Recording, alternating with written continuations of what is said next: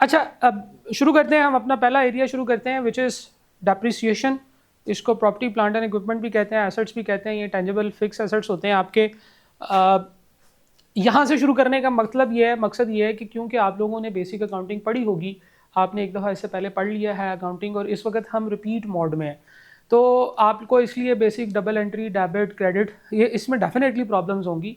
वो बहुत सारे बच्चों को होती हैं, लेकिन हम अभी एक ऐसे चैप्टर से शुरू करेंगे जो कि एक समझ लें कि होम्योपैथिक सा एरिया है, जहाँ पे बहुत ज़्यादा अकाउंटिंग एंट्रीज की आपको समझ ना भी हो तो काम चल जाएगा। ठीक है, तो इसकी कुछ बेसिक सी अकाउंटिंग एंट्रीज हैं, लेकिन ये कॉन्सेप्ट इंटरेस्टिंग है, हम लोग इसको जो है ना वो कर लेते हैं, यहाँ से स्टार्ट करेंगे इंशाल्लाह। तो और मैं ये भी डिस्करेज करना चाहता हूँ कि ये जो हमारी रिवीजन क्लासेस हैं, ये सिर्फ वो बच्चा ही ले जो रिवीजन करने आया है। ये क्रैश कोर्स रिवीजन वालों के लिए है, पहली दफ़ा पढ़ने वालों के लिए नहीं है। जैसे देखें, हमने जो QM की, जो QAB की क्लास की है, उसमें हमने पूरा चैप्टर डिस्कस कर लिया और बड़े थोड़े से सवाल किए, इसलिए वो सिर्फ आप इसलिए कर पाए हो कि आपने पहले से पढ़ा हुआ था, वरना वो आपके लिए मुश्किल होगा। अभी भी मुश्किल होगा क्योंकि हमने पूरा कॉन्सेप्ट एक ही गो में डिस्कस किया है। तो यहाँ पे भी हम इसी तरह से करेंगे। रिवीजन वाले बच्चों के लिए है, जिन बच्चों ने इसको रिपीट करना है, रिवाइज करना है 15 से 20 दिनों के अंदर, तो ये हम उन बच्चों के लिए कर रहे हैं। अच्छा जी, सबसे पहले प्रॉपर्टी प्लांट एंड इक्विपमेंट क्या होता है? ये एसेट्स होते हैं। एसेट्स की अंडरस्टैंडिंग क्या है? एसेट उन चीज़ों को कहते हैं, उन रिसोर्सेज को कहते हैं जिनसे बिजनेस को कोई बेनिफिट हासिल होना है इमीडिएटली, फॉरन या अल्टीमेटली, यानी कि फ्यूचर में। सही है। जैसे एसेट्स हैं, गाड़ियां हैं, मशीनरी है, आपके पास फैक्ट्री है, आपके पास बिल्डिंग है, लैंड है, इससे आप आज फ़ायदा हासिल कर रहे हैं, ये आपका इमीडिएट बेनिफिट है, ये आपकी ऑनरशिप में है, आप इनको फॉरन बेनिफिट हासिल कर रहे हैं। ठीक है जी। कुछ चीज़ें होती हैं जिनको बेच के पैसा कमा लेते हैं, कुछ चीज़ें ऐसी होती हैं जिनको इस्तेमाल करके पैसा कमा लेते हैं। ये सारे के सारी चीज़ें एसेट्स होती हैं।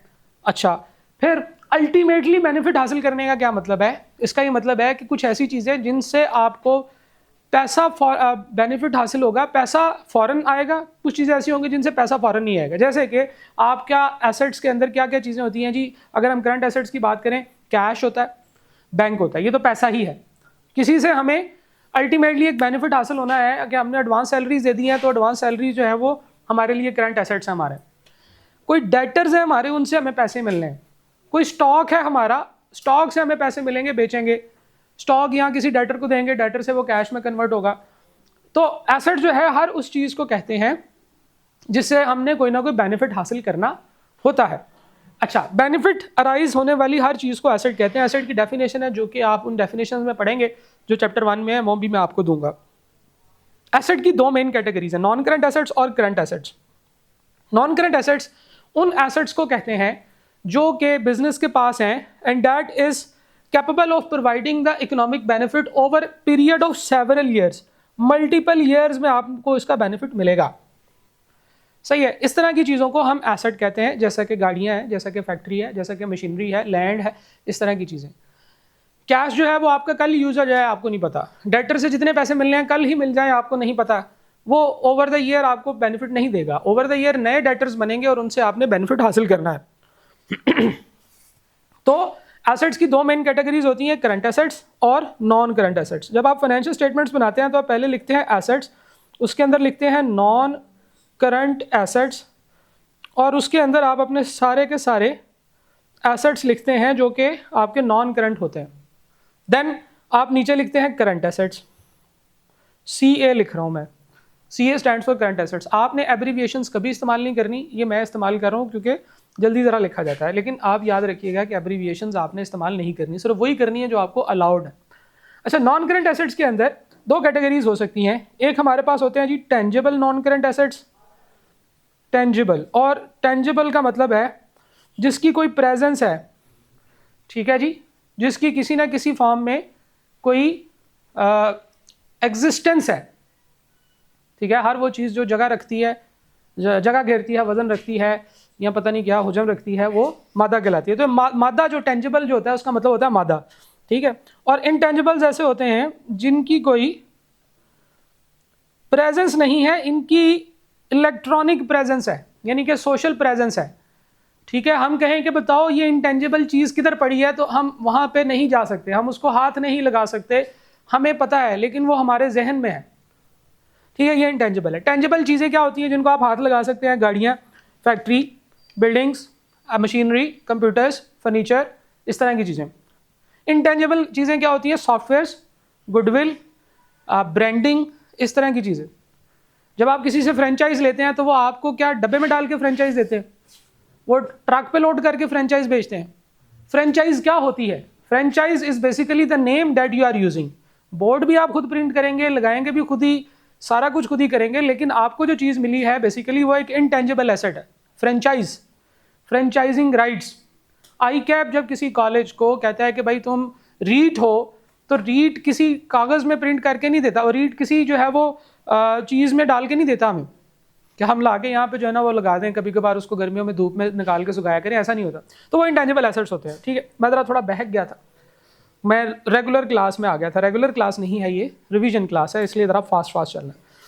टेंजिबल नॉन करंट एसेट्स उन एसेट्स को कहते हैं जो कि प्रॉपर्टी, प्लांट एंड इक्विपमेंट है, जो कि हेल्ड फॉर यूज़ है, रेंटल के लिए है या एडमिनिस्ट्रेटिव पर्पसेस के लिए है। एसेट्स को इनमें से किसी भी एक चीज़ तरीके से इस्तेमाल किया जा सकता है। अपने लिए रख लें, रेंट पे देने के लिए रख लें, या एडमिनिस्ट्रेटिव पर्पसेस के लिए रख लें। प्रोडक्शन में इस्तेमाल हो जाए उसे भी हम एसेट ही कहते हैं। प्रोडक्शन में यूज़ हो रहा हो, यूज़ होकर ख़त्म हो जाए तो भी वो एसेट है, यूज़ होकर ख़त्म ना हो, पड़ा रहे, वो भी एसेट है। जैसे कि आपके पास ये जो आइटम्स होती हैं ये सर्विसेज के लिए इस्तेमाल हो रही हैं, आहिस्ता आहिस्ता ख़त्म हो जाती है ना, पुरानी हो जाती है तो ख़त्म कर देते हैं। कॉस्ट का मतलब है हर वो चीज़ जो कि एक चीज़ को लाने के लिए इस्तेमाल हुई। ठीक है, इसको हम कहते हैं जी ये कॉस्ट। तो कॉस्ट की डेफिनेशन है, cost mean purchase price and all the cost incurred in bringing the asset into the working condition as intended by the management. जब आप एक एसेट परचेज करते हैं तो आप उसकी क्या अकाउंटिंग एंट्री करते हैं? जब हम एक एसेट परचेज करते हैं तो उसकी पहली अकाउंटिंग एंट्री रिकॉर्ड होती है। एसेट को हम लोग एसेट अकाउंट को डेबिट करते हैं, asset account debit. Cash account credit अगर कैश से लिया है, या अगर बैंक अकाउंट से लिया तो बैंक अकाउंट डेबिट। और अगर कोई पेएबल है तो हम इसके लिए यूज करते हैं पेएबल फॉर एसेट्स। इसके लिए क्रेडिटर्स का वर्ड यूज नहीं करते। हर वो चीज़ जो कि हमने परचेज की है, हमने ली है उधार पे, उसके लिए पेएबल का वर्ड तो यूज़ कर सकते हैं, लेकिन क्रेडिटर का वर्ड हम सिर्फ उसके लिए इस्तेमाल करते हैं जो चीज़ें हमने आगे बेचनी है। जो हमारी गुड्स के सप्लायर हैं उनको हम क्रेडिटर्स कहते हैं। तो वट एवर इन तीनों चारों में से जो भी अकाउंट होगा उसको क्रेडिट करेंगे। लेट सपोज हमने एक एसेट लिया है, उसकी कॉस्ट बनी है 6 लाख रुपए, तो हम लोग बात करेंगे कि इसका रूल ये है कि जब भी कभी आपका कोई एसेट आएगा तो उसको इनिशियली आपने कॉस्ट पे रिकॉर्ड करना है, इनिशियली एट कॉस्ट। ठीक है जी, जब कोई एसेट आता है तो उसको कॉस्ट पे रिकॉर्ड किया जाएगा। कॉस्ट पे रिकॉर्ड करेंगे, हमारी फाइनेंशियल स्टेटमेंट में प्रेजेंट होगा एसेट 6 लाख रुपए का। अब जरा देखिएगा हो क्या रहा है। लेट्स सपोज कि हमने इस साल एसेट परचेज किया 2025 में, 2026 की जब फाइनेंशियल स्टेटमेंट्स बनाएंगे, अभी ये एसेट हम इस्तेमाल कर रहे हैं। लेट्स सपोज ये एक गाड़ी है, ये एसेट हम इस्तेमाल करें, गाड़ी नहीं कहते, मशीनरी कहते हैं। जनरेटर है, जैसे फॉर एग्जांपल जनरेटर है, हमने लिया था 6 लाख रुपए का, 2025 में हमने अपनी बुक्स में लिखा 6 लाख रुपए का है। 2026 आया, हमने कहा हमारे पास 6 लाख का एसेट है। 2027 आया, हमारे पास 6 लाख का एसेट है। हर साल जब जब हम उसे अपनी फाइनेंशियल स्टेटमेंट्स में दिखाएंगे, हम कहेंगे 6 लाख का है, तो जो देखेगा वो कहेगा, लेट्स सपोज के 2028 में एक बंदा आया, उसने कहा यार ये दिखाओ जरा 6 लाख का एसेट किधर है।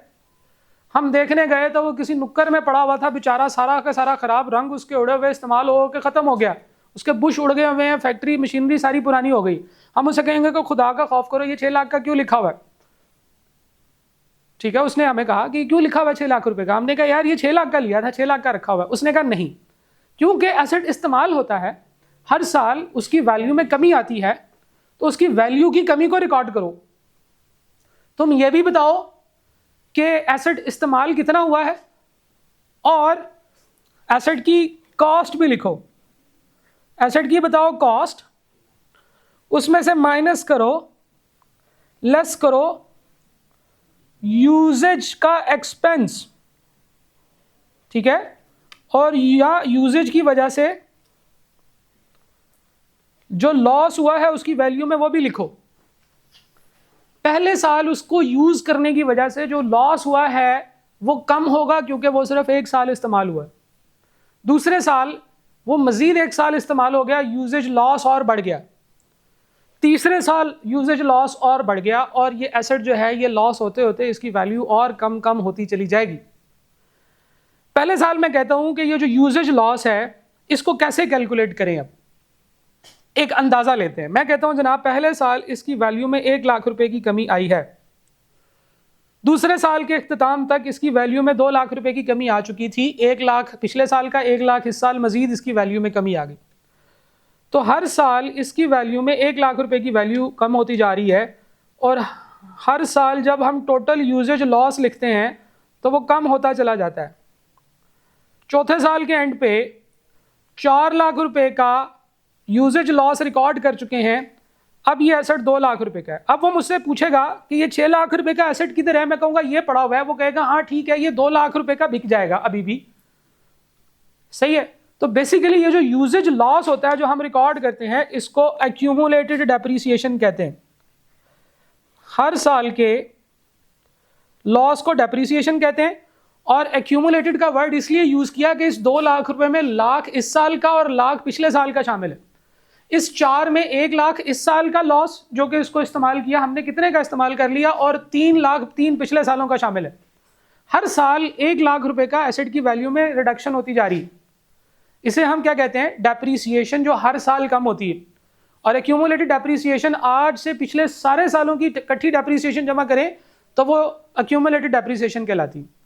तो बेसिकली अगर हम एसेट को उसी कॉस्ट पे लेकर चले जाएं जिस कॉस्ट के ऊपर एसेट इनिशियली आया था, तो ये गलत होगा क्योंकि हम उसको इस्तेमाल करते जा रहे हैं। इस्तेमाल करने से एसेट की वैल्यू में कमी आती, जिसको हम डेप्रिसिएशन कहते हैं। अच्छा, अब एसेट जो है वो इनिशियली एट कॉस्ट पे और सब्सिक्वेंटली बाद में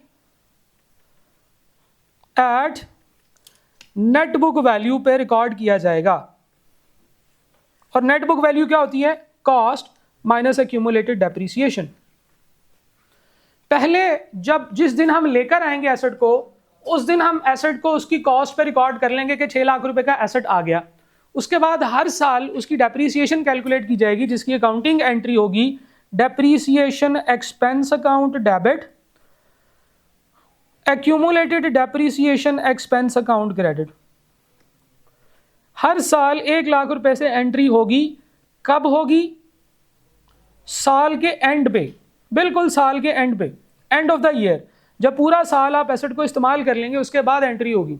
इसमें कोई कंपाउंडिंग नहीं होगी कि साल से पहले एंट्री नहीं करनी है हमने साल के एंड पे ही एंट्री करनी है। जब साल खत्म होगा हम कहेंगे कि एसेट पूरा 1 साल इस्तेमाल हुआ है, इसकी एंट्री कर दें।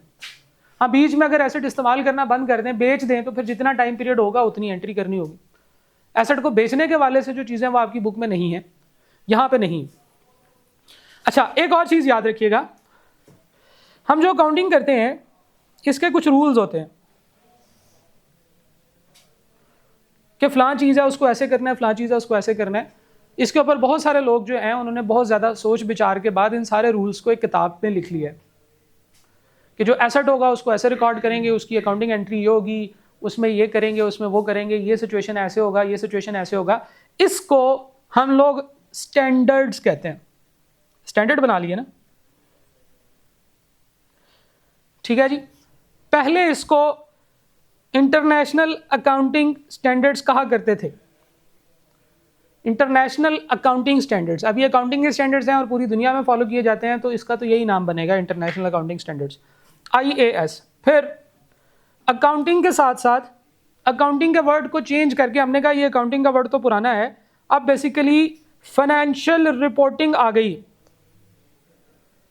ठीक है।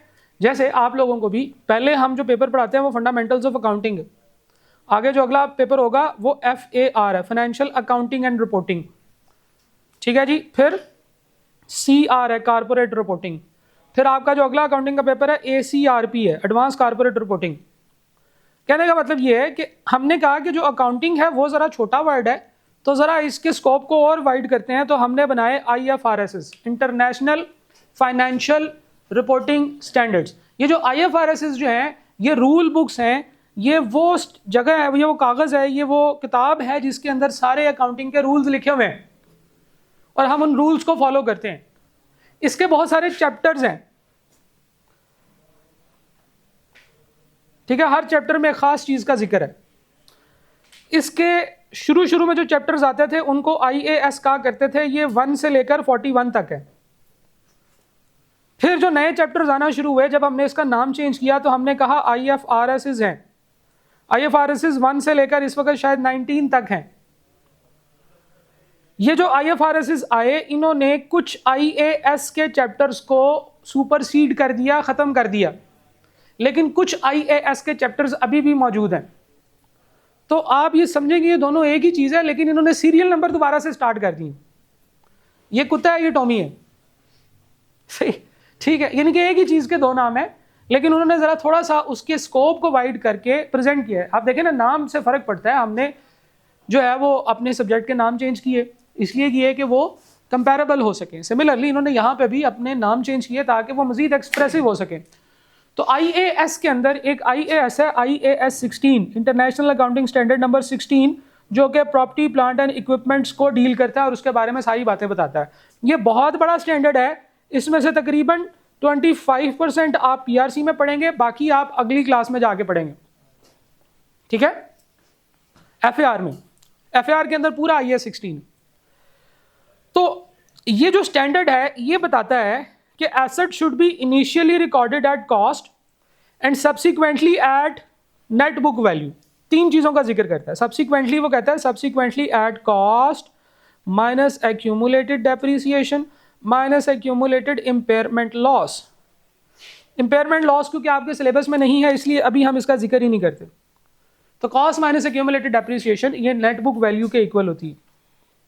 तो आपको किसी एसेट की नेट बुक वैल्यू का कहा जाए तो उस डेट की कॉस्ट निकालें, उस डेट की एक्यूमुलेटेड डेप्रिसिएशन निकालें, ये नेट बुक वैल्यू के इक्वल होगी। इसको WDV भी कहते हैं, रिटर्न डाउन वैल्यू,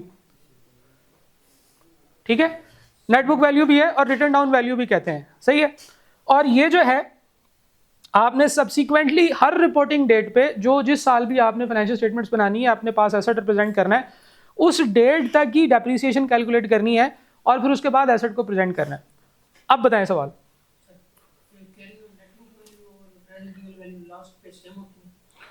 हाँ, वो डेप्रिसिएशन जब जिक्र करेंगे मैं बताऊंगा।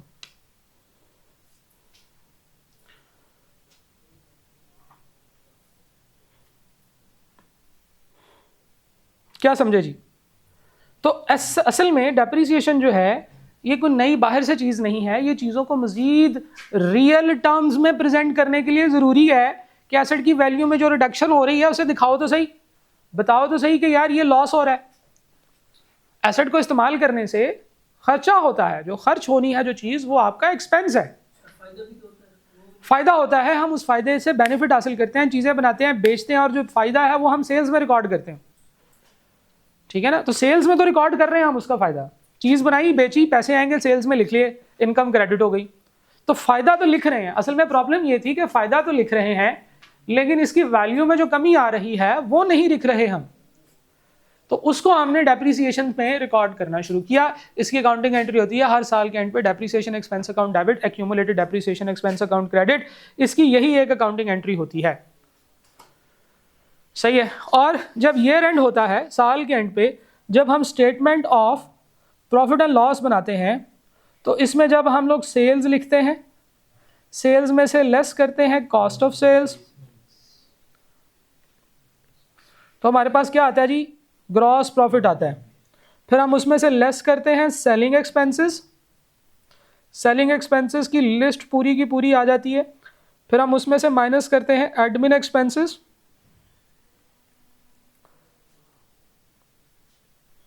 और एडमिन एक्सपेंसेस की पूरी लिस्ट आ जाती है। फिर हम उसमें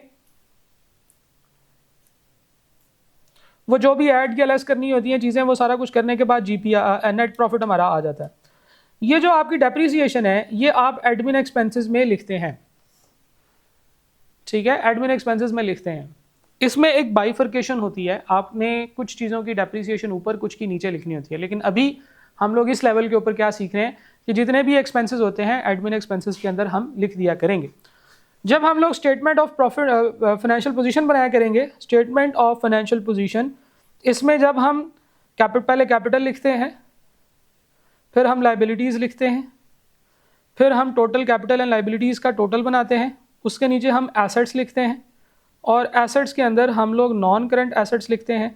अब नॉन करंट एसेट्स के अंदर हम लोग एक एक करके ये सारे एसेट्स लिखते हैं, जो भी हमारा एसेट है। फॉर एग्जांपल मशीनरी है, तो पहले हम इसकी कॉस्ट लिखेंगे, देन हम इसकी एक्यूमुलेटेड डेप्रिसिएशन का क्लोजिंग बैलेंस इसमें से माइनस करेंगे। अब याद रखिएगा कि एक्यूमुलेटेड डेप्रिसिएशन जो है ये अपडेट होनी चाहिए उस डेट तक जिस डेट पे आप ये फाइनेंशियल स्टेटमेंट बना रहे हैं। हमने उस साल तक की डेप्रिसिएशन इसमें ऐड करनी है। अगर हम लोग 2025 की फाइनेंशियल स्टेटमेंट बना रहे हैं तो 2025 की ही सिर्फ 2025 तक की एक्यूमुलेटेड डेप्रिसिएशन लिखनी है, ठीक है, सिर्फ एक साल की। अगर हम 2028 कर रहे हैं तो उससे पीछे वाले सारे सालों की, जब से परचेज किया तब से लेकर 31 दिसंबर 2028 तक जितनी डेप्रिसिएशन है वो सारी काउंट करके लिखनी, ठीक है जी। तो ये इस तरह से होगा। सवाल, अगर हम जाते हैं एसेट में, करंट एसेट में हमने मशीन लिखी है, वहाँ पर हमने जो उसकी कॉस्ट थी वो 6 लाख लिख दी, नीचे एक्यूमुलेटेड डेप्रिसिएशन 4 लाख लिख दी, तो इनको जब टोटल करेंगे नॉन करंट एसेट तो एक्यूमुलेटेड डेप्रिसिएशन प्लस हो रही होगी या माइनस हो रही होगी? क्यूमुलेटेड डेप्रिसिएशन माइनस में लिखनी है, ये देखो माइनस करके लिखी है। अगर हम ऊपर एक ऑप्शन भी होता है, अगर आप कर दें 6 लाख माइनस 4 लाख तो वहाँ पर 2 लाख आ जाएगा, नीचे 4 लाख आ जाएगा। तो मुझे नहीं समझ आई क्या ऑप्शन की बात कर रहे हो, उसको देख लेंगे। एग्जाम सॉफ्टवेयर का सवाल पूछ रहे हैं ना आप, उसको देख लेंगे, अभी नहीं, ये सवाल जहन में रखो, एग्जाम सॉफ्टवेयर जब डिस्कस करेंगे फिर उस वक्त कर लेंगे। अच्छा जी, ये हम लोगों ने इसका रूल भी देख लिया, अकाउंटिंग का रूल, और हम लोगों ने ये भी देख लिया, अकाउंटिंग एंट्री भी देख ली, और ये भी देख लिया कि ये प्रेजेंट कहाँ पे होता है। कॉस्ट माइनस एक्यूमुलेटेड डेप्रिसिएशन होगी, कॉस्ट है फॉर एग्जांपल 6 लाख रुपए, एक्यूमुलेटेड डेप्रिसिएशन इस डेट तक जो टोटल डेप्रिसिएशन इस पूरे एसेट की साल चार्ज हो चुकी है वो 4 लाख रुपए, तो हमारी नेट बुक वैल्यू 2 लाख रुपए होगी।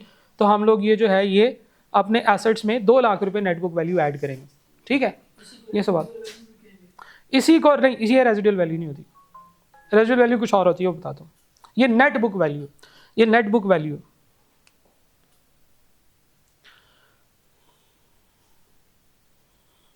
जो आपने पहले सवाल पूछा था ना कि आखिरी साल के एंड पे रेजिडुअल वैल्यू और नेट बुक वैल्यू इक्वल हो जाती है, तो बाकी सालों में residual value net book value equal तो नहीं होगी ना, पहले साल नहीं होगी, आखिरी साल के एंड पे जब एसेट अपनी यूजफुल लाइफ पूरी कर लेगा, ठीक है जी। तो ये हमारे डेप्रिसिएशन मेथड्स में आएगा जो कि हम देखेंगे।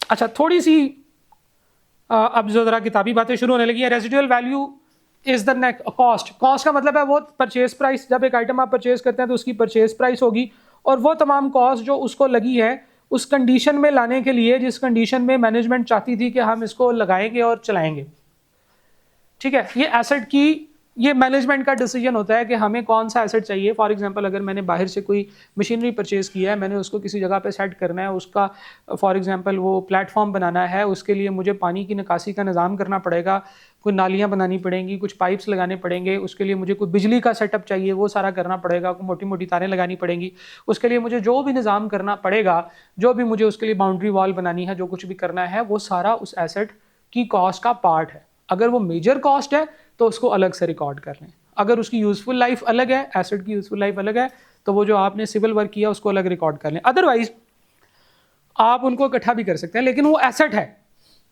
सही है। उसको लाने के लिए आपने फॉर एग्जांपल वहाँ से मिला आपको, वहाँ से किसी बंदे को आपने कमीशन दिया, उस बंदे ने आपका सामान फॉर एग्जांपल चाइना से इंपोर्ट कर रहे हैं, तो चाइना से इंपोर्ट करते हुए उसने आपका सामान इंपोर्ट वगैरह उधर से चाइना से क्लियर करा के भेजा, उसका खर्चा आपकी एसेट की कॉस्ट में शामिल होगा। वहाँ से इधर लाने में जो टैक्स आपको पे करना पड़ा, जो ट्रांसपोर्टेशन पे करनी पड़ी, जो फ्रेट पे करना पड़ा, जो ऑक्ट्राय चार्जेस आपको पे करने पड़े, ऑक्ट्राय चार्जेस भी वो सी जो वॉयज होती है, यानी कि समंदरी सफ़र जो होता है उसके रास्ते में जहाँ जहाँ पे आपको जो भी पे करना पड़ता है, या उसके बाद ज़मीनी रस्तों पे आपको डिफरेंट जगहों पे टैक्स पे करने पड़ते हैं, उनको ऑक्ट्राय चार्जेस कहते हैं।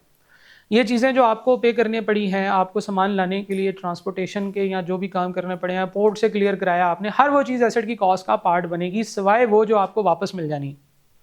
वापस क्या मिल जाना है? वापस मिल जाने हैं आपको रिफंडेबल टैक्सेस। अगर रिफंडेबल टैक्सेस हों तो हमने उसको एसेट की कॉस्ट में शामिल नहीं करना, क्योंकि वो तो वापस मिल जाएगा, वो हमारी जेब से थोड़ी देर के लिए लगा है, हम उसको सेपरेट रिकॉर्ड करेंगे। एसेट को लाने के लिए जो खर्चा करना पड़ा है वो सारा उसकी कॉस्ट का पार्ट बनेगा। हमारे पास आ गया, हमने एक स्टेज बनाया हुआ था, उस स्टेज पे लगाया, हमने बिजली का निज़ाम बनाया था, बिजली पे लगा दिया, उसको चला दिया, वो हमारी सारी कॉस्ट उसमें शामिल होगी। हम लोगों ने अपने पास रखा, हमने कहा यार हमारे कॉलेज के या हमारा जो फैक्ट्री है उसके सारे एसेट ग्रीन कलर के हैं, तो ये ब्लू कलर का अच्छा नहीं लग रहा है, इसको पेंट कर दें। पेंट करने के लिए हमने बहुत सारे लोगों को बुलाया, बहुत सारा मटेरियल लगा, पेंट करने का मटेरियल एसेट की कॉस्ट में शामिल होगा। एसेट जो कि इंटेंडेड लोकेशन और कंडीशन पे आ जाए, जिस इंटेंडेड लोकेशन और कंडीशन पे रख के उसको यूज़ करना है, तो वो उसकी कॉस्ट में शामिल होगा। हाँ, अगर लाते हुए तोड़ दिया, गिरा दिया, नुकसान कर दिया, उसको रिपेयर करना था, वो उसकी कॉस्ट में शामिल नहीं होगा। एक जगह पे लगा लिया, कहा मज़ा नहीं आया, चेंज कर लें जगह, वो उसकी कॉस्ट में शामिल नहीं होगी। ठीक है, ये चीज़ें इसकी कॉस्ट में शामिल नहीं होंगी। और एक और चीज़ मैंने बताई थी, रिफंडेबल टैक्सेस एसेट की कॉस्ट में शामिल नहीं होंगे। ठीक है, ये सारी चीज़ें एसेट की कॉस्ट में शामिल करेंगे, फिर बन जाएगी एक एसेट की कॉस्ट, और उस कॉस्ट की हम अकाउंटिंग एंट्री कर देंगे। क्या? Cost account debit, asset account debit, और कैश क्रेडिट या रिसीवेबल पेबल या वट एवर जो भी आपका है, जो हमने एसेट को रिकॉर्ड कर लिए। 6 लाख रुपए बने, हमने रिकॉर्ड कर लिए। रेजिडुअल वैल्यू, अच्छा अब हम बात करते हैं कि एसेट की रेजिडुअल वैल्यू यूजफुल लाइफ को भी ज़रा स्किप करते हैं, नीचे आते हैं। कॉस्ट में क्या क्या चीज़ें शामिल हैं, ये सारी चीज़ें अभी हमने बोली हैं, मैं बोल के बताई हैं, पढ़ लें ज़रा। Cost is the amount of cash और cash equivalent paid and the fair value of other consideration given to acquire the asset at the time of its acquisition. पैसे दिए या कोई चीज़ बेच दी, उसकी फेयर वैल्यू, वो मार्केट में कितने की बिकती, वो जो है वो हमारे लिए उस एसेट की कॉस्ट होती है। Cost comprises of item of property plant and equipment की कॉस्ट में शामिल होती है purchase price, import duties, non refundable purchase tax after deducting trade discounts and rebates. Rebates कहते हैं वो चीज़ें जो गवर्नमेंट की तरफ से आपको मिल जाती हैं। जैसे आजकल रिबेट के ऊपर आपको इलेक्ट्रिक बाइक्स मिल रही, जब वो मिलेगी तो एसेट की कॉस्ट में से माइनस हो जाएगी। एनी डायरेक्टली एट्रीब्यूटेबल को बोल्ड किया गया है वो तमाम चीज़ें। एट्रीब्यूटेबल का क्या मतलब है? जो इसके जिम्मे लगाई जा सके, जिसके ऊपर इसका नाम लगाया जा सके। ये काम मैंने तुम्हारी वजह से किया है, वो डायरेक्टली एट्रीब्यूटेबल होता है। तो हर वो खर्चा जो एसेट को लाने के लिए किया है वो डायरेक्टली एट्रीब्यूटेबल होगा। To bringing the asset to the location and condition necessary for it to be capable of operating in the manner intended by the management. बहुत मुश्किल अल्फाज हैं, ये स्टैंडर्ड ऐसा ही करता है। स्टैंडर्ड असल में अंग्रेज़ों ने बनाया है, उन्होंने कहा इतने मुश्किल वर्ड्स लिख दो कि लोगों को सीए करना पड़े उसको समझने के लिए। ठीक है, अच्छा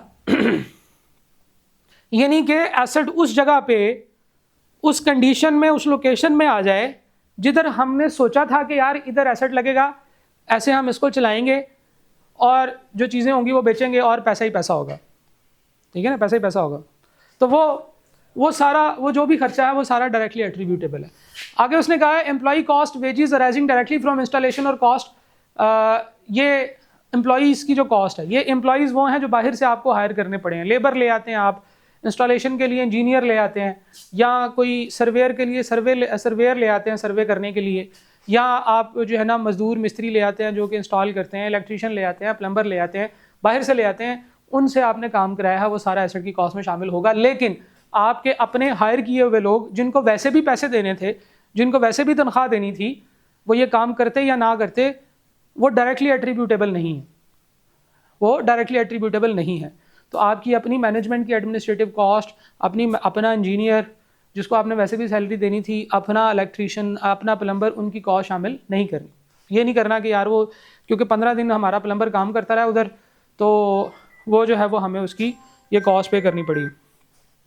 ठीक है जी, moving forward, initial delivery and handling cost ये शामिल होगी। Carriage inward in the shipping and handling cost incurred by the company that is receiving goods from supplier, ये शामिल होगा। Installation and assembly cost, assembly होता है चीज़ों को इकट्ठा करना। नॉर्मली चीज़ें पार्ट्स में आती हैं, फिर उनको इकट्ठा करके जोड़ना होता है, एक दूसरे के साथ कपल करना होता है। जैसे पाकिस्तान में जो जनरेटर बाहर से इंपोर्ट होते हैं, जनरेटर लेकर आए तो उसके ऊपर बहुत टैक्स पड़ता है। लोग उसके 2 कंपोनेंट्स अलग अलग परचेज कर लेते हैं, फिर उनको यहाँ पे ला के कपल कर लेते हैं, उसे हम असेंबली करना कहते हैं। टेस्टिंग कॉस्ट, अगर किसी चीज़ को टेस्ट करने के लिए कोई कॉस्ट लगती है, ठीक है, चलाने के लिए कुछ बिजली के यूनिट लग गए, चलाने के लिए कुछ हमने जनरेटर का डीजल लगा दिया, कोई और चीज़ लगा दी, वो हमारी एसेट की कॉस्ट में शामिल होती है। जब तक एसेट रेडी नहीं हो जाता, जब तक इंजीनियर आवाज़ नहीं दे देता कि लग गया, हूँ जो करना कर लो, उस वक्त तक जो उसकी कॉस्ट है वो उसकी टेस्टिंग कॉस्ट होगी, वो उसके अंदर शामिल होगी। प्रोफेशनल फीस, आर्किटेक्चर की, सर्वेयर की fees. The initial estimate of the cost of dismantling and removing the item and restoring the site on which it is located. ये भी याद रखिएगा, थोड़ा ट्रिकी पॉइंट है, आपको यहाँ पे कैलकुलेशंस में नहीं आएगा ये, क्योंकि इसके साथ एक और स्टैंडर्ड इन्वॉल्व है। जब आप वो पढ़ लेंगे ना, फिर आपसे हम लोग सवालों में दिल खोल के पूछा करेंगे ये वाली चीज़। आज आप एस्टिमेट करें कि क्या आपकी कोई लीगल रिस्पॉन्सिबिलिटी तो नहीं है इस एसेट को उतार के फेंकने की। यानी कि ऐसा हो सकता है कि आपकी एक लीगल रिस्पॉन्सिबिलिटी हो कि जब आपने, अभी आप एसेट लगा रहे हो, एसेट लगाओगे, एनवायरनमेंट गंदा होगा, जब आप एसेट को उतार के लेके जाओगे 5 साल बाद, 10 साल बाद, तो फिर यहाँ पे आपने ग्राउंड बना के देना होगा, यहाँ पे आपने दरख्त लगा के देने होंगे। ठीक है, सस्टेनेबिलिटी के ऊपर आजकल बड़ा जोर चल रहा है, तो सस्टेनेबिलिटी फ्यूचर। आपने कोई अपनी मशीनरी के अंदर पानी इस्तेमाल करते हैं और पानी को, वेस्ट को ज़ाया करने के लिए आपने नाला बना दिया एक, जाते हुए उसको बंद करके जाएंगे ना। और एक छोटी सी नाली हो तो वो और बात होती है, जब एक बड़ा सा नाला है जो 5 किलोमीटर गया है कहीं पे, जो पानी के लिए जो है ना वो उसने बनाया था, तो उसको तोड़ने में और वापस करने में कॉस्ट लगेगी। यानी कि आप आज बैठ के सोचें कि जब आपने इस प्रोजेक्ट को ख़त्म करना है तो आपको कितनी डिसमेंटलिंग करनी होगी और रिमूविंग द आइटम या रीस्टोरिंग द साइट, इन 3 कामों के लिए कितना लगाएंगे। फैक्ट्री तोड़नी भी तो है ना, फिर आइटम को रिमूव करना है, किधर भेजेंगे, आइटम को रिस्टोर करना है, साइट को, जो खुडे बनाए थे वो बंद करेंगे, जो स्टेजेस बनाए थे, जो प्लेटफॉर्म्स बनाए थे उनको तोड़ना होगा, फिर वो बराबर होगी ना ज़मीन। तो आप आज कैलकुलेट करें कि आपको उस वक्त फ्यूचर में इसकी कितनी कॉस्ट लगेगी, और उसकी एक कॉस्ट का एक इनिशियल एस्टिमेट भी एसेट की कॉस्ट में शामिल होता है। डिसमेंटल करना, रिमूव करने की कॉस्ट, ये बस इतना ही है। ये आपको प्रैक्टिकली न्यूमेरिकल में कैलकुलेट करने के लिए नहीं कहेगा, लेकिन अगर पूछ ले कि क्या ये चीज़ एसेट्स के अंदर कॉस्ट में शामिल होती है, तो आपने कहना जी हाँ, सर ने बताया था होती है, स्टैंडर्ड में भी लिखा हुआ है, स्टैंडर्ड से कॉपी किया था मैंने। कॉस्ट में क्या क्या शामिल नहीं होगा? Administrative expenses, opening new facility, new marketing, product launching. Product launch के ऊपर आतिफ असलम को बुला लिए, ठीक है, वो आपके एसेट की कॉस्ट में शामिल नहीं होगा। न्यू फैसिलिटी से मुराद है नया हेड ऑफिस बनाना, नई चीज़ें बनाना। अब ऐसा नहीं है कि एसेट आ रहा है तो हम चलें इसमें कुछ भी डाल देंगे, हम जो है वो नई गाड़ी ले ले और वो भी उसकी कॉस्ट में डाल दे जो हमारा मैनेजर है, ऐसे तो नहीं होगा ना। ठीक है, वो कहे जी किस लिए ली थी, बस वो एसेट परचेज करने के लिए ली थी, ऐसा नहीं होता, वो फ्रॉड है। ठीक है, मार्केटिंग की है आपने, नई ब्रांड है आपकी, ब्रांड की मार्केटिंग आपने की है। Interest paid on loan taken from purchase for the purchase of asset, ये बड़े गौर से सुन लीजिएगा। एसेट को परचेज करने के लिए बैंक से अगर लोन लिया है तो उसके ऊपर जो इंटरेस्ट पे किया है वो एसेट की कॉस्ट में शामिल नहीं होता। इसमें जो सबसे ज़्यादा ज़रूरी वर्ड है वो है परचेज। अगर आप एसेट को कंस्ट्रक्ट कर रहे हैं और वो कंसिडरेबली ज़्यादा टाइम लेगा, डैम बना रहे हैं आप, बिल्डिंग बना रहे हैं, अगर आप जो है ना वो पुल बना रहे हैं, खैर पुल भी आजकल जल्दी बन जाता है, ठीक है, यस, तो ऐसा एसेट जिसको आप कंस्ट्रक्ट कर रहे हैं और कंस्ट्रक्ट होने में उसको बड़ा लंबा टाइम लगता है, उस एसेट को क्वालिफाइंग एसेट कहते हैं, जो क्वालिफाई कर जाता है। किस लिए? कि उसके ऊपर जो इंटरेस्ट पे किया है उसको भी एसेट की कॉस्ट में शामिल करें। लेकिन अगर आपने एक एसेट परचेज किया है, परचेज कर लिया, आ गया, लगा लिया, चला लिया, उसके ऊपर जो लोन लिया हुआ है उसके ऊपर जो इंटरेस्ट है वो एसेट की कॉस्ट में शामिल नहीं करना। तो ये लिस्ट कौन सी है? ये वो उन चीज़ों की है जो शामिल नहीं कर रहे हैं। कॉस्ट ऑफ रीलोकेटिंग और शिफ्टिंग द एसेट, ये ले जी, पसंद नहीं आया जी इधर कर दो, चलो जी इधर कर देते हैं। इनिशियल ऑपरेटिंग लॉसेज, ये भी एसेट की कॉस्ट में शामिल नहीं करना है, ठीक है जी। लैंड आपको पता है डेप्रिसिएट नहीं करनी होती। लैंड इंप्रूवमेंट आपने पढ़ के आना है। लैंड इंप्रूवमेंट से मुराद होती है लैंड ही है लेकिन उसको कुछ बेहतर कर दिया, लेवलिंग कर दी, उसके इर्द गिर्द जो है ना बाउंड्री वॉल बना दी, उसको आप अलग एसेट के तौर पर रिकॉर्ड कर सकते हैं, लेकिन उसको लैंड की कॉस्ट का पार्ट नहीं बनाना। लैंड की कॉस्ट में वो तमाम चीज़ें शामिल होती हैं जो एसेट को, लैंड को अक्वायर करने के लिए लगी हैं। आजकल हमारे मुल्क में ये बहुत ज़्यादा हो गया, तकरीबन 15 से 20% टैक्सेस पड़ जाते हैं जब आप कोई लैंड अक्वायर करते हैं। वो सारे टैक्सेस भी एसेट की कॉस्ट का पार्ट बनेंगे। Day to day servicing of the asset, ये बड़ा ज़रूरी है जी। एसेट को मेंटेन करना भी ज़रूरी होता है, ठीक है। एसेट को मेंटेन करेंगे तो वो एसेट अपनी यूज़फुल लाइफ जो हमने सोची है वो उसकी पूरी कर सकेगा। तो एसेट को मेंटेन रखें, और जो मेंटेन करने का जो खर्चा होता है उसकी, फॉर एग्जांपल ऐसा खर्चा एसेट के ऊपर जिससे उसकी कैपेसिटी बढ़ती है, वो तो सेपरेट बात है, लेकिन उसकी कैपेसिटी जो मेंटेन होती है वो वाले खर्चे हम एक्सपेंस में रिकॉर्ड करते हैं। एसेट की परफॉर्मेंस में इंक्रीज होगा तो फिर क्या होगा ये हम कल डिस्कस करेंगे। एम्प्लॉयज़ की ट्रेनिंग, एम्प्लॉय जब ट्रेन करेंगे तो उसकी कॉस्ट एसेट की कॉस्ट में शामिल नहीं करनी। एम्प्लॉय की ट्रेनिंग एसेट की कॉस्ट में शामिल नहीं करनी होती है। एम्प्लॉयज़ हम कहेंगे यार ये खर्चा तो इस एसेट के लिए है, डायरेक्टली एट्रीब्यूटेबल है, तो ये तो एसेट की कॉस्ट में शामिल होगा, हम कहेंगे कि नहीं होगा। अच्छा, एक ये इंपॉर्टेंट चीज़ है, proceeds from selling the item while bringing the asset to the location and condition necessary for it to be capable of operating in the manner intended by the management।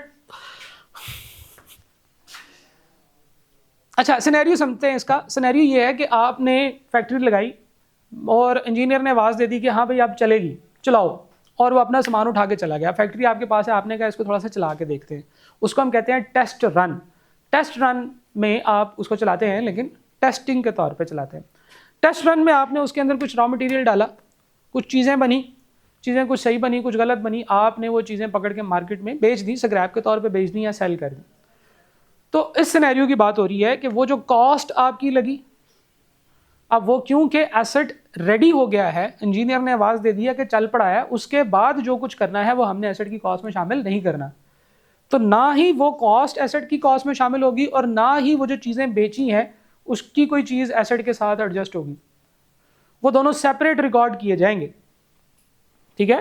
Proceed from selling the item, selling the item, item को बेचने से जो proceeds होती हैं, जो पैसे मिलते हैं, while bringing the asset to the location and condition, the cost of such, ये लिखा हुआ जी, the cost of such tested items are expensed out not added to the cost of asset. ठीक है जी। तो ये एसेट की कॉस्ट के वाले से कुछ थ्योरी बातें थी, ये हम लोगों ने देख ली हैं।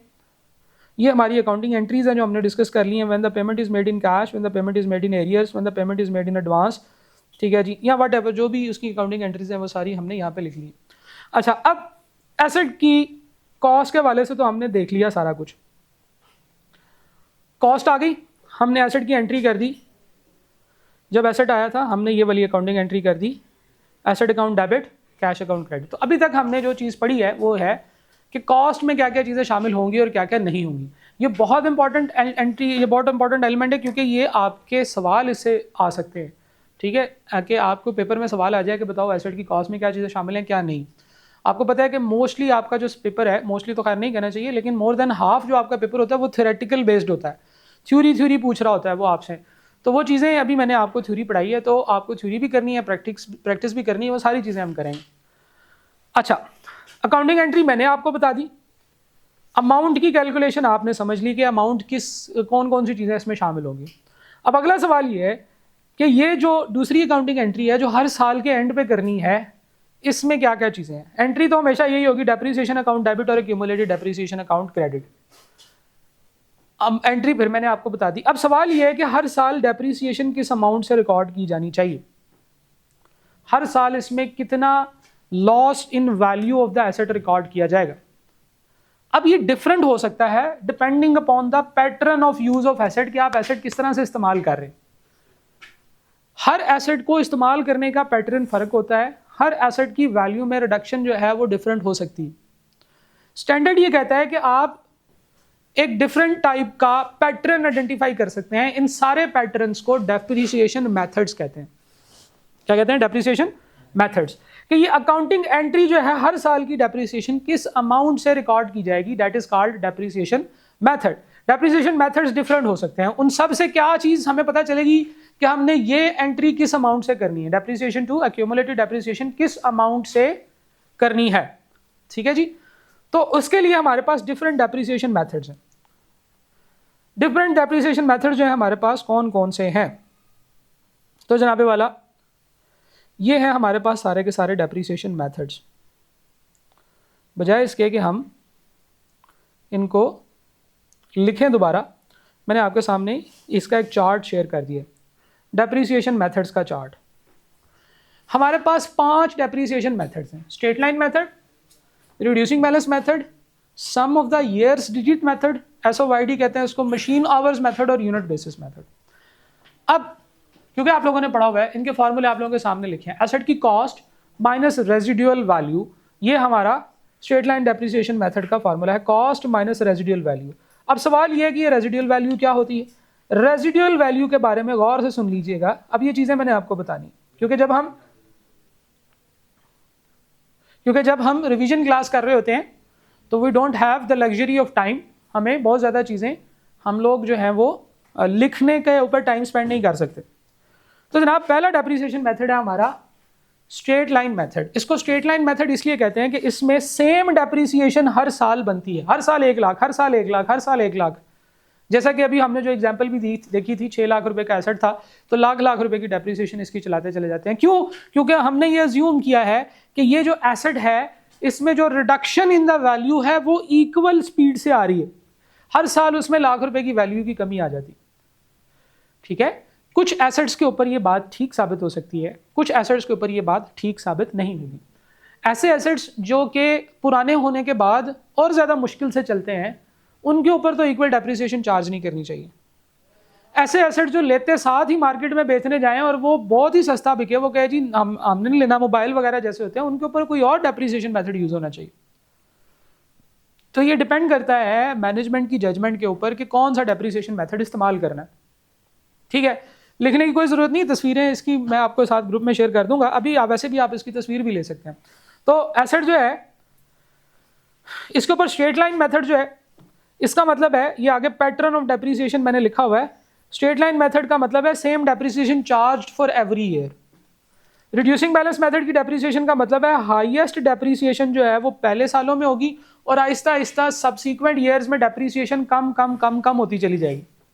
जैसे हमने कंपाउंड इंटरेस्ट पढ़ा था तो उसमें चीज़ें बढ़ रही है ना, हर साल थोड़ी थोड़ी बढ़ती जा रही है, ये उसका इन्वर्स पैटर्न है।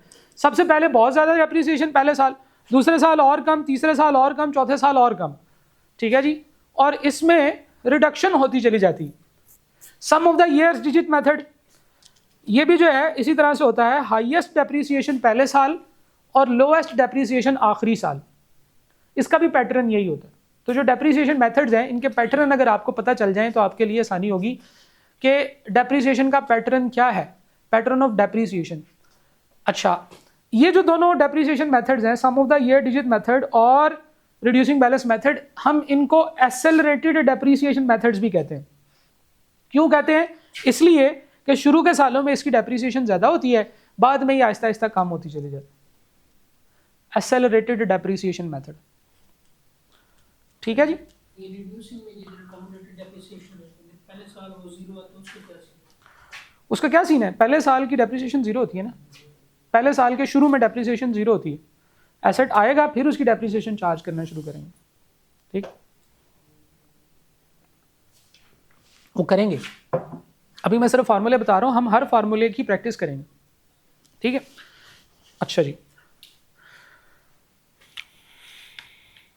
सिमिलरली दो और मेथड्स हैं, मशीन आवर मेथड और यूनिट बेसिस मेथड। कि एसेट को मशीन में जितने घंटे चले उतने घंटे की डेप्रिसिएशन चार्ज की जाए, इसको हम आवरली डेप्रिसिएशन भी कह सकते हैं। और यूनिट बेसिस मेथड है, जितने यूनिट बनाएगी उतनी डेप्रिसिएशन। इसको हम एक्टिविटी बेस्ड डेप्रिसिएशन मेथड्स भी कहते हैं। एक्टिविटी बेस्ड होता है, एक्टिविटी बेस्ड, ज़्यादा एक्टिविटी होगी तो ज़्यादा डेप्रिसिएशन, कम एक्टिविटी होगी तो कम डेप्रिसिएशन, जीरो एक्टिविटी होगी तो जीरो डेप्रिसिएशन। ठीक है, तो ये दो मेथड जो है ये एक्टिविटी बेस्ड मेथड है, जितनी एक्टिविटी उतनी डेप्रिसिएशन। फार्मूलों की अगर हम बात करें, स्ट्रेट लाइन मेथड, इसका फार्मूला गौर करना है आपने।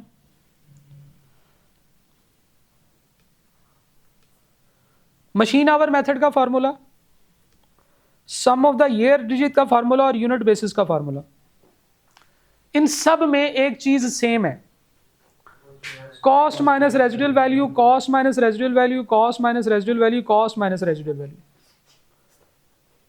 ठीक है, अब कॉस्ट तो आपको पता है क्या है, एसिड आया कितने का। रेजिडुअल वैल्यू क्या होती है, इसके ऊपर अभी हम बात करते हैं। रेजिडुअल वैल्यू कहते हैं कि जब एसिड को हमने सोचा था कि इतनी देर इस्तेमाल करेंगे, उसके बाद इस एसिड का क्या होगा। देखिए, जब हम एसेट एक लेकर आते हैं ना, तो उसकी डेप्रिसिएशन कैलकुलेट करने के लिए हमें तीन चीज़ें सोचनी पड़ती हैं और उनका डिसीजन लेना पड़ता है। तीन चीज़ें क्या क्या होती हैं। एसेट की कॉस्ट के ऊपर तो स्टैंडर्ड ने बहुत सख्तियां की हैं। स्टैंडर्ड ने कहा तुम्हारी ऐसी की तैसी ये चीज़ शामिल करनी है, ये नहीं करनी, ये चीज़ ऐड करो, ये ना करो, ये चीज़ जो है वो होगी एसेट की कॉस्ट में शामिल, ये नहीं होगी। हमने इतना लंबा कोई 2 सफ़ों का उसके ऊपर डॉक्यूमेंट पढ़ा है, ठीक है ना। नोट्स बनाने के बाद वो 2 सफ़ों का, तो आप चेक करो कि वो सोचो कि ज़रा इनिशियली वो कितने पेजेस का होगा। लेकिन रेजिडुअल वैल्यू स्टैंडर्ड कहता है कि आप खुद सोचो क्या होनी चाहिए।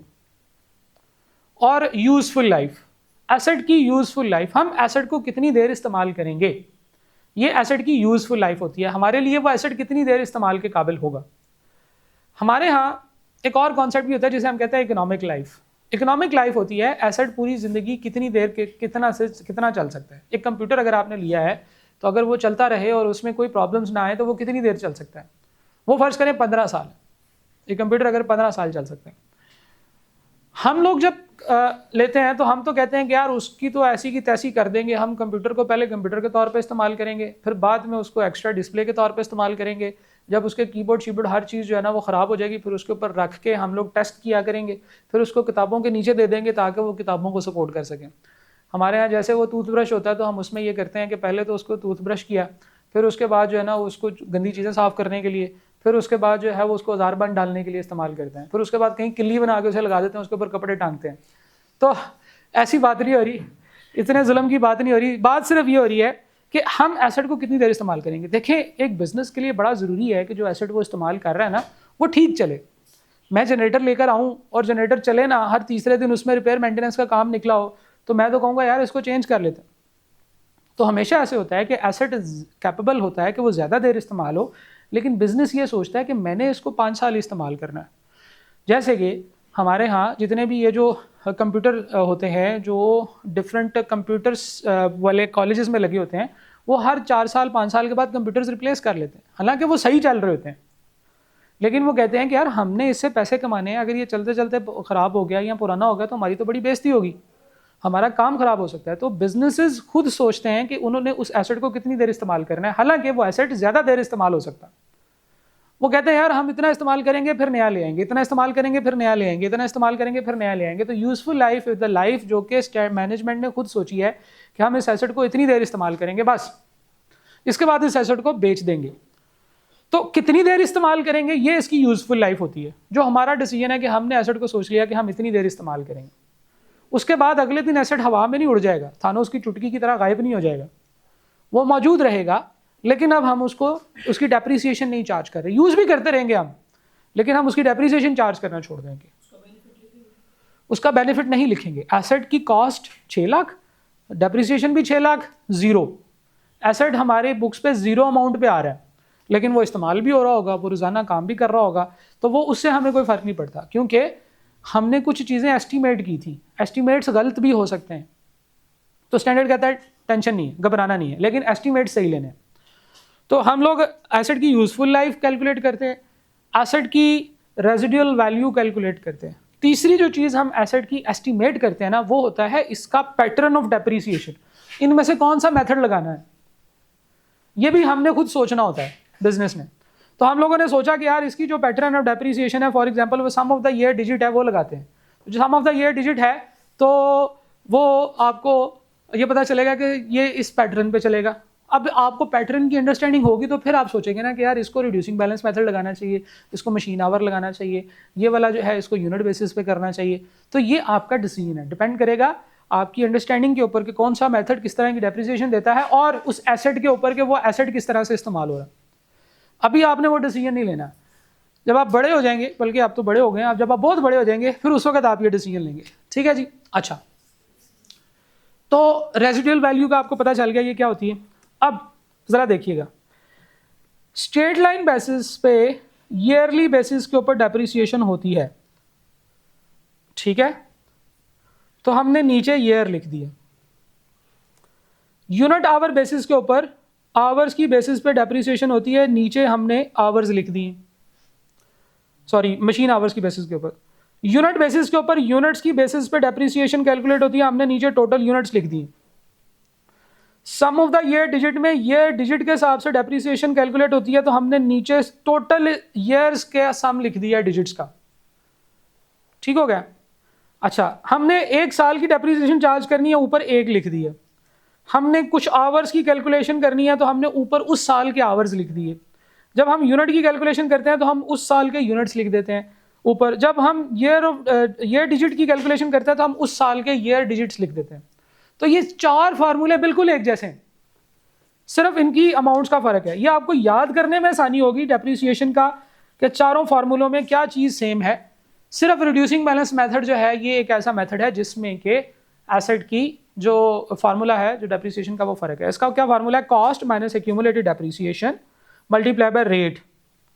सिंपल है ये, रिड्यूसिंग बैलेंस मेथड का फार्मूला सबसे सिंपल है, cost minus accumulated depreciation multiply by rate. अच्छा, ये एक्यूमुलेटेड डेप्रिसिएशन क्या होती है? एक्यूमुलेटेड डेप्रिसिएशन होती है कि जिस डेट पे खड़े होकर हम एसेट की डेप्रिसिएशन कैलकुलेट करें, फर्ज करें मैं यहाँ पे खड़ा होकर एसेट की डेप्रिसिएशन कर रहा हूँ, ये मेरा आप समझ लें कि पिछला टाइम है, ये अगला टाइम है, तो इस डेट से पीछे जितनी डेप्रिसिएशन आज तक चार्ज हो चुकी है वो मैंने सारी कैलकुलेट करनी है, वो माइनस करनी है, उसे हम एक्यूमुलेटेड डेप्रिसिएशन कहते हैं, ठीक है, और वो हमने यहाँ से माइनस कर देनी है। एक्यूमुलेटेड डेप्रिसिएशन जो है वो जिस डेट पे खड़े हैं हम उस साल की, जिस अब पिछले सालों की सारी डेप्रिसिएशन उसमें से आप समझ लेंगे माइनस करनी है।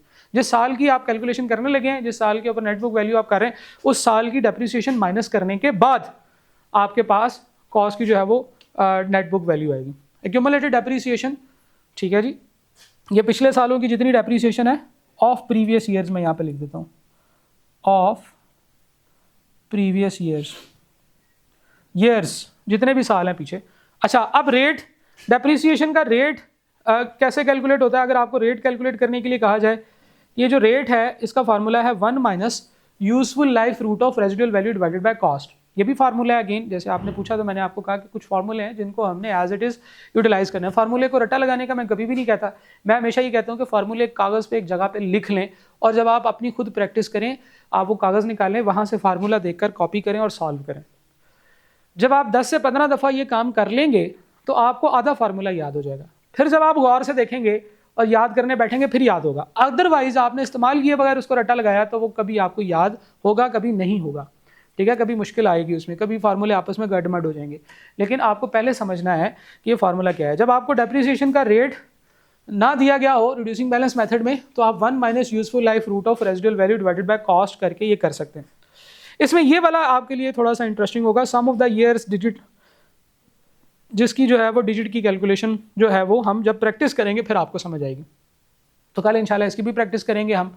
अब हमने कल डेप्रिसिएशन की कैलकुलेशंस करनी है, ठीक है, और उसकी प्रैक्टिस करनी है। तो डेप्रिसिएशन के मेथड्स हैं, इनको अंडरस्टैंड कीजिए क्योंकि आप लोगों को पहले से आते हैं, आपने किए भी मैं प्रैक्टिस, हम भी इसकी कुछ कॉम्प्रिहेंसिव प्रैक्टिस करेंगे, उससे आपके लिए ये चीज़ें बेहतर हो जाएंगी, ठीक है जी। क्लास आपने छोड़नी नहीं है, साथ साथ में करनी है, क्योंकि यही आप समझ लें कि आपका आखिरी बस है। अगर ये बस आपकी लेट हुई तो फिर आपके लिए मुश्किल होगी।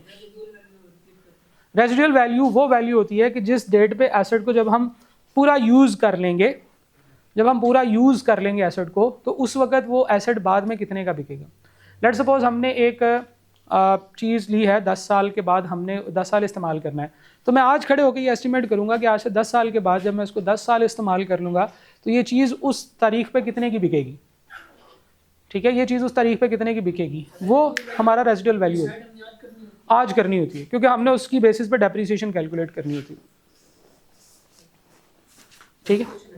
एक्सपेंस जब भी होता है हमारा डेबिट होता है, अकाउंट डेप्रिसिएशन भी हमारा एक्सपेंस है। नहीं, एक्सपेंस हमारा एक्सपेंस अकाउंट है जो हम डेबिट कर रहे हैं, ये हमारा एक्सपेंस अकाउंट है, ये वाला, ये डेबिट हो रहा है, पहले वाली लाइन, 2 एंट्रीज होती है ना, ये वाला हमारा एक्सपेंस है। Accumulated depreciation is Contra asset account जो कि एसेट में रिडक्शन को रिकॉर्ड कर रहा है।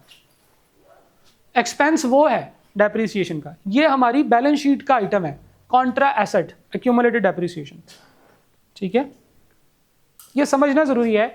अकाउंटिंग के अंदर हम डबल एंट्री बुक कीपिंग जब करते हैं तो हम उसमें ये कहते हैं कि हर ट्रांजैक्शन के 2 इम्पैक्ट्स हैं, एक इम्पैक्ट उसका एक अकाउंट को है, दूसरा किसी और अकाउंट को है, एक इम्पैक्ट होता है और दूसरा उसकी रीज़न होती है। अभी हमने डेप्रिसिएशन एक्सपेंस रिकॉर्ड किया है, तो उसकी रीज़न क्या है, क्योंकि हमें एक्यूमुलेटेड डेप्रिसिएशन को रिकॉर्ड करना है, ठीक है जी। बेसिकली एसेट की वैल्यू में रिडक्शन जो है वो एक्सपेंस की वजह से आती है, ठीक है जी। तो इनमें से एक कॉज है और एक इफेक्ट है। लिख सकते थे, बिल्कुल लिख सकते थे, वो accounts maintained eight net book value होता है, वो अभी मैंने नहीं पढ़ाया, मैं बाद में बताऊंगा, क्योंकि वो बताएं और ये बताएं तो फिर इनका टाकरा हो जाता है आपस में। क्या ख्याल, समझे कि नहीं? क्यों भाई, रेडी टू टेक ऑफ? घर वाला की याद आ रही? चले, ठीक है जी।